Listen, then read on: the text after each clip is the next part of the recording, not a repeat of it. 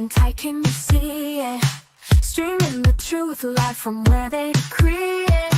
Sylvia speaks, no filter, no buffer. Courtroom drama couldn't get any tougher.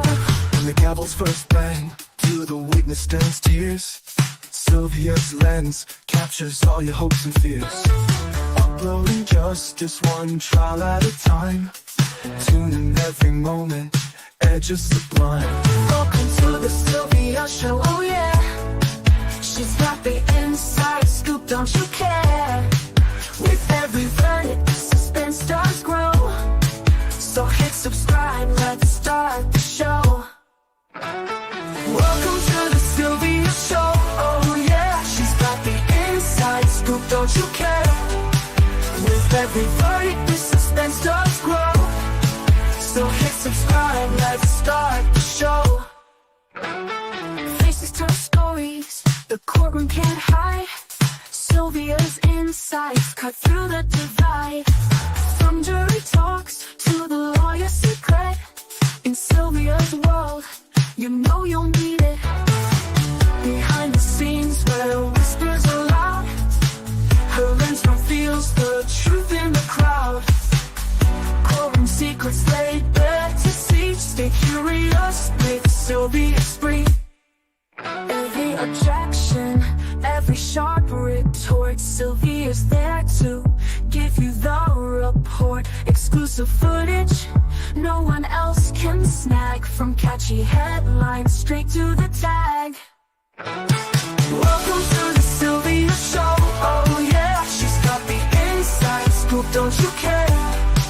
With every verdict, the suspense does grow. So hit subscribe, let's start the show. Welcome to the Sylvia Show, oh yeah. She's got the inside scoop, don't you care? With every verdict, the suspense does grow. So hit subscribe, let's start the show. Faces tell. Hey everybody, just hold on a second. Trying to find my plug. Trying to find my connection. Hold on.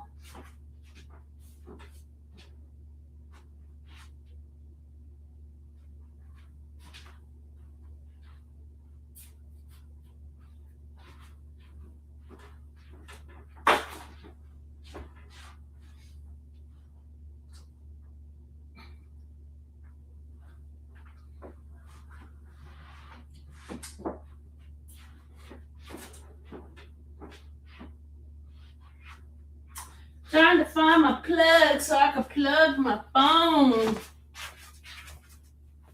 Hey guys. Yes, don't forget to hit the like button. Yeah, we only got a little bit of people up in here. But what we're gonna do is before we get started, I wanted to do something. Remember the book? There's some things that he said in the book that the testimonies matches the book. Even though it's so strange that he said that he was just writing the book to make money. Right? And I think Suge Knight is mad with Wright, with detective or police officer Wright or whatever.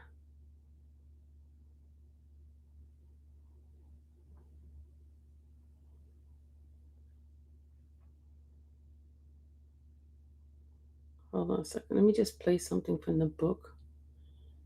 And I'm going to mute for a second. Hold on, y'all. I'm going to mute for a second.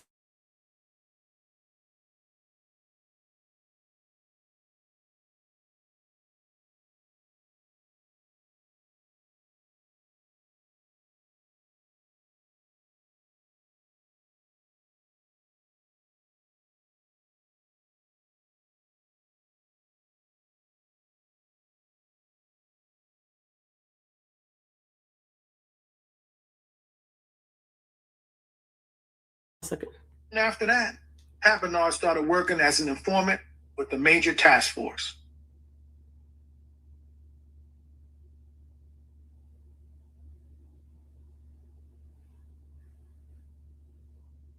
Early one morning when Pat Bernard returned from Minnesota, but unknown to me and the homies, now he was a fully employed confidential informant for the feds. Pat Bernard went over to the projects and saw my brother. Hey, little dog, I need 2 kilos. My brother had to pick up his kids and my son from school that day. So little dog pulled up in the projects parking lot at about 3 o'clock that afternoon. My brother showed up but didn't bring the kilos with him because he wanted to make sure everything was for real. Once he pulled up in the projects, the U.S. Marshals and FBI vans surrounded his car and ran out from everywhere with their guns drawn. Get out of the car! Get out of the car! As I pulled up in the projects to meet Little Dog, I saw all those police out there and was like, oh, fuck. When my brother called me that night, he informed me that the police had told him about Pat Bernard. About 3 weeks later, the Major Crime Unit, led by Special Agent in Charge Ted Holliday, parked around the corner from my house. Holliday trained Pat Bernard what to say, wired him up, and sent him to knock on my door wearing a wire. I was in the shower at the time, so my wife Paula came and got me. Hey, Keith, Pat is at the door. I thought it was my little homeboy from the hood named Pat. I got out of the shower, dried off, put my boxers on, and went to the door. Nigga, if you don't get your punk ass away from my motherfucking door, I'm gonna do something to your bitch ass. I know you're working with the police. Get your bitch ass out of here, nigga. Their plan was for him to come set me up. But when they heard my reaction, they saw that I wasn't playing with the son of a bitch. So they had to change course. Hell no. We're gonna get this man killed. Pat Bernard left my house and went around the corner where C-Ray and my cousin GB were getting their cars washed. Pulled up and said to them, hey, Keefe D thinks I'm snitching. My cousin GB said, man, I ain't seen no paperwork. That was his jailhouse way of saying he didn't believe that Pat Bernard was a snitch. I took my brother's word that the nigga was snitching, but my cousin chose not to. Who has the birds? Your cousin Keefe had the kilos? My cousin GB responded, yeah, but you don't want that shit. It's brown. And that nigga charging too much. I found out what my cousin GB said later on through the discovery process once they took us down. From that day in November of 1996, the FBI's Major Crime Unit went to work on my cousin and started their investigation on us. By getting those closest to me to cooperate with them, like C-Ray, they were able to take a little snowball and turn it into a massive avalanche.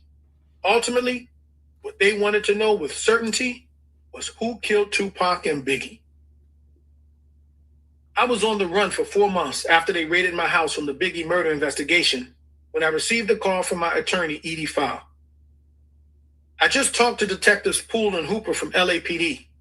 They say they aren't going to arrest you. They just want to talk to you, Edie said. Yeah? Edie is a smart man, so I'm sure he could hear the hesitation in my voice when I responded. He reassured me. They gave me their word that they just want to talk. All right, cool. Set it up then. Edie and I met them down at Parker Center, the LAPD headquarters at the time. Edie schooled me before we went into the room. Don't say anything. Just let them talk. Give me the signal when you're ready to leave. They took me upstairs and started questioning me. As agents from the FBI and LAPD continued to talk, I realized all of what they were saying had to have come from one person, C-Ray. They already knew about how Puffy and I met. They knew the Zip connection.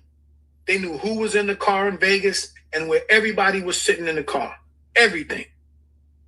I know for a fact C-Ray had to give them that information because he was the only person that got arrested on the Biggie murder raids that knew our private business like that. All of the other people that were picked up as part of the Biggie raids were gangbangers that I wouldn't allow around me like that. So they couldn't know that type of information. I happened to be in Chicago when they raided our houses on the Biggie raids. When I finally got back from Chicago, I asked C-Ray, what they ask you about? C Boogie LA? Yes, that's his book. Yes. Man, they was I'm trying to compare it with what they said on the stand. asking about that Tupac and that Biggie stuff. Nigga, you sure wasn't there. You don't know nothing, do you? Nah, was his response. As the agents continued talking, I was steady thinking, that son of a bitch. That fucked me up because C-Ray is from my generation and was my right-hand man. Back then, I would have died for that dude because he was my number one moneymaker. We came up from scratch together and he sold me out. I didn't know the brother was so fucking weak. Learning that C-Ray flipped on me broke my heart and pissed me the fuck off at the same time. First, I found out from Boss Man that C-Ray was trying to get in contact with Suge, talking about he wasn't involved in the Tupac shoot. If he tried to communicate with the other side and tell them he wasn't involved to protect his ass, I could only imagine all the shit he went in there and said to the police. It soon became apparent, not just to me, but to others in the hood, that C-Ray was snitching. On top of that, he had been showing some disloyalty. As a result, at least 4 different times, youngsters from the hood tried to smoke his ass. One day, they shot his car up no less than 40 times.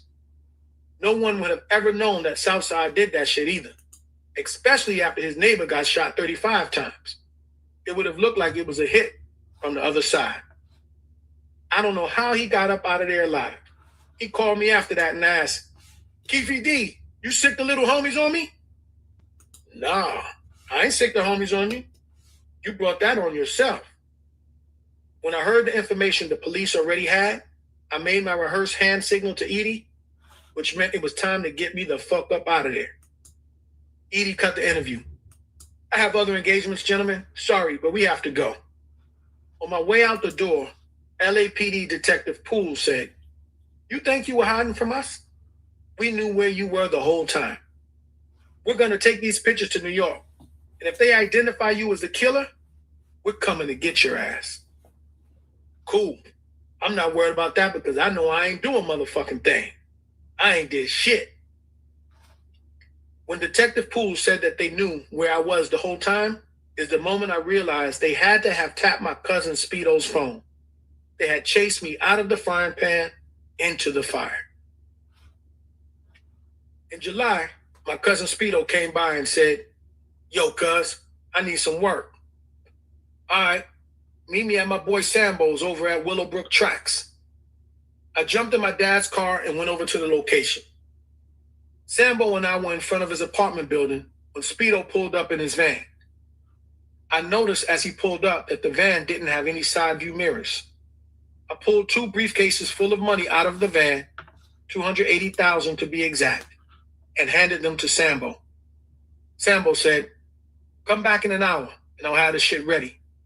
Let me count the money. All right, cool. I jumped in the van with Speedo. Come on, man, let's go and get something to eat from that Taco Bell on Compton Boulevard. We went through the Taco Bell drive-thru line, ordered our food, and as we were pulling out, Speedo said, the dude behind me didn't even pay them for his fucking food. Yeah? Damn. As we continued out of the driveway, we saw 7 FBI-looking cars going in the opposite direction. Damn, they're on somebody's ass, I said. Fuck it, let's go. We went on and made the right turn. I told Speedo, go by my house and let's get some weed. By the time we finished eating and got buzzed up, an hour had already passed. So it was time to go back and get to work. We drove up Alameda to Greenleaf and made a left turn heading into my hood. Then my cousin Speedo said, damn, cousin Keith, them same fake cars that we saw going the other way, they're all behind us now. You bullshitting. No, I ain't. In my mind, I was thinking, damn, them niggas out in New York done lied on me and identified me in that Biggie shit. Fuck. I knew better than to look back. Then I calmly said to Speedo, cuz, give me a chance to run. Get me to the hood. I knew my hood like the back of my hand. I planned to jump out and run as soon as we hit the hood because the FBI didn't know my hood like I knew my hood. All right, cuzzo. We went up to Burris Lane and made a left, and all of the feds were still following behind us. Speedo made a complete U-turn and got back on Greenleaf. By the time we got to Artesia and Long Beach Boulevard, the FBI agents were coming off the freeway and off of Artesia from everywhere.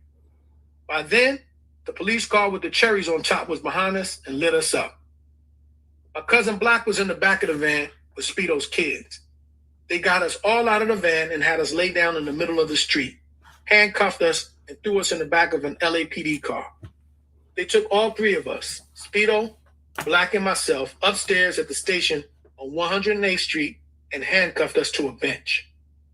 They had us sitting there handcuffed to that bench for over an hour. So I yelled out, "What the fuck y'all got us in here for?" One of the officers responded, "You guys are being detained. You're not under arrest."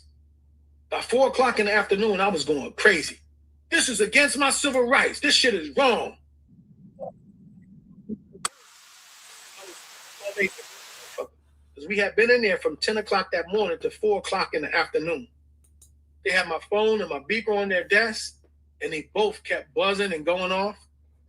Eventually, this red-headed FBI agent came out and said, "You want to know what you're in here for?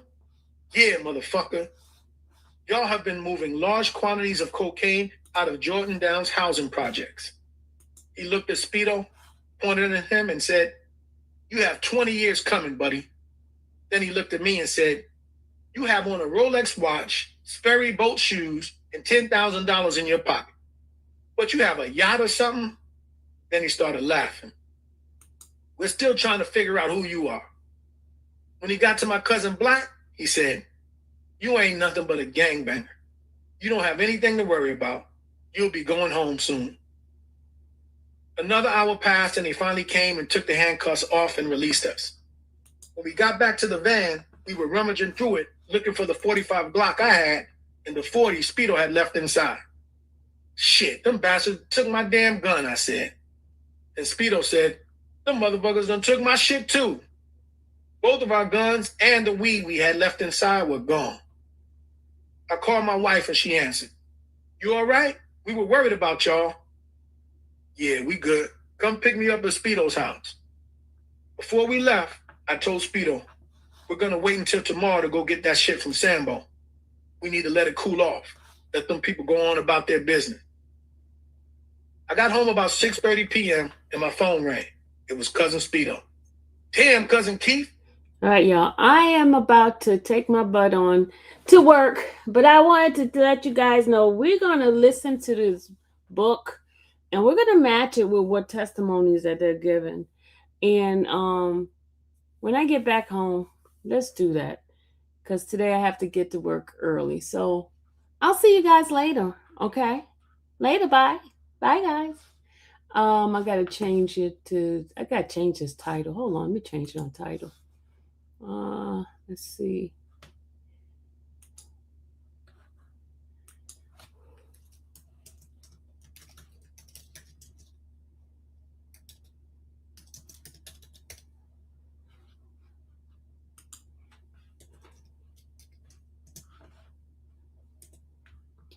All right. So, all right, y'all. I will see you guys later. Bye, y'all.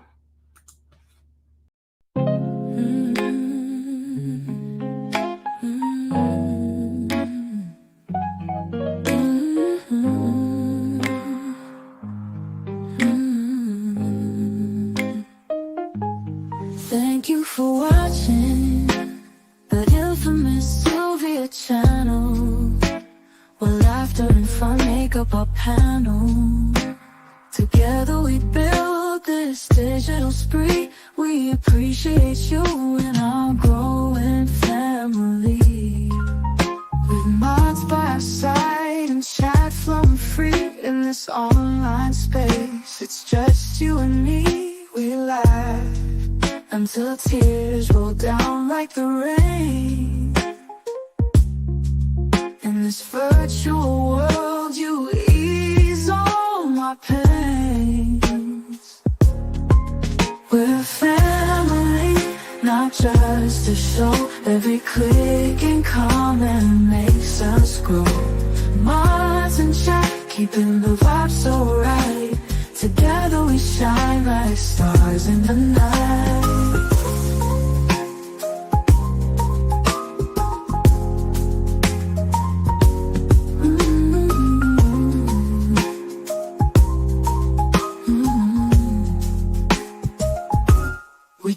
cherish the moments, the highs and lows, from the latest gossip to stories untold. You're more than a viewer, you're part of the crew in this space of ours. It's all because of you. This digital world where emotion is shared, every post and reaction showing we care. The love is real in this virtual domain. With every sign, enjoys what we'll gain. We're a family, not just a show. Every click and comment makes us grow. Mars in check, keeping the vibe so right. Together we shine like stars in the night. We're a family, not just a show. Every click and comment makes us grow. Mars in check, keeping the vibe so right. Together we shine like stars in the night.